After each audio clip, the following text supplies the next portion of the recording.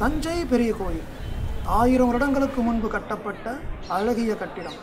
உலக அதிசயங்களுள் ஒன்றான கட்டிடம். தமிழர்களுடைய அழகிய கட்டிடக்கலையின் ஒரு தெளிவான சான்று.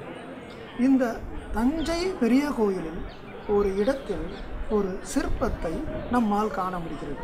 இந்த சிற்பத்திற்கும் தமிழ் கலாச்சாரத்திற்கும் எவ்வித தொடர்பும் இல்லாமல் இருப்பதுதான் அதிசயமான செய்தி.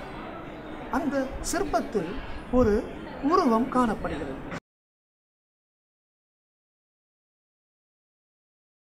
அந்த உருவம் ஒரு பருமனான உடல் உள்ள ஒரு ஆண் மிகவும் இலகுவாக தனது கைகளை ஒன்றன் மீது ஒன்று வைத்துக்கொண்டு ஒரு தொப்பியை அணிந்து கொண்டு ஒரு அரக்கை சட்டையோடு அமர்ந்திருப்பது போல, சிலவற்றை கண்டு ரசிப்பது போல, அவர் அங்கு இருப்பதை அங்குள்ள அவரை சூழ்ந்துள்ள சில உருவங்கள் ஆதரிப்பது போல, ஆசீர்வாதம் செய்வது போல அமைந்துள்ளது. இதனை பார்க்கும் பொழுது பல கேள்விகள் நம்முள் எழுகின்றன.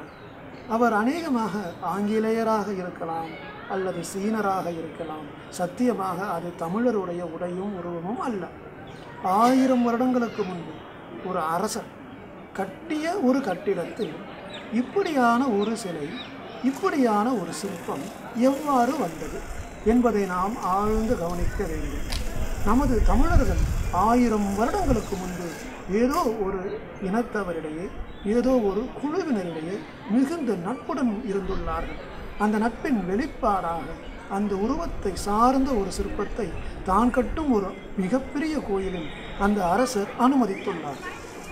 ஆகையால் இதனை நாம் ஆழ்ந்து ஆராயும் பொழுது 2 இனங்களுக்கு இடையிலான தொடர்பினை நம்மால் வெளிக்கொணர முடியும்.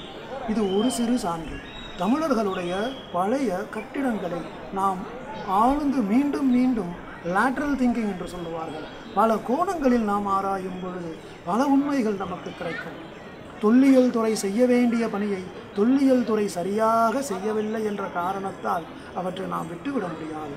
நமது பாரம்பரியம், நமது பரம்பரை, நமது முன்னோர்களின் சிறப்பு நாம் தான் எடுத்துச் சொல்ல வேண்டும். தொல்லியல் துறை செய்ய வேண்டிய கடமைகளை தமிழர்கள் சிறு சிறு குழுக்களாக கூட செய்ய முன் வர வேண்டும். நாம் நமது முன்னோர்களின் சுவடுகளை காண செல்லும் பொழுது நமது பெயர்களை எழுதி வைப்பது, சாக்பீஸில் எழுதுவது, சிறு சிறு கட்டைகளையும் சிறு சிறு கூழாங்கற்களை வைத்து எழுதுவது, இவற்றை நாம் தவிர்க்க வேண்டும். அவ்விடங்களை அசுத்தம் செய்வதை தவிர்க்க வேண்டும். நமது பாரம்பரியத்தை நாம் காக்க வேண்டும். நாம் மனிதர்களாக நடந்து கொள்ள வேண்டும். மாபெரும் தமிழ் இனத்தின் உண்மையான சுவடுகளை வெளிக்கொணர வேண்டிய மாபெரும் பொறுப்பை இந்திய அரசின் தொல்லியல் துறை மேற்கொள்ள வேண்டும். தொல்லியல் துறை செய்ய மறுக்கின்ற, தயங்குகின்ற பல செயல்பாடுகளை சாமானிய மனிதர்களும் தமிழ் சங்கங்களும் சிறு தமிழ் குழுக்களும் முன்னெடுத்துச் செல்ல வேண்டும். மாணவர்களும் முன்னெடுத்துச் செல்ல வேண்டும்.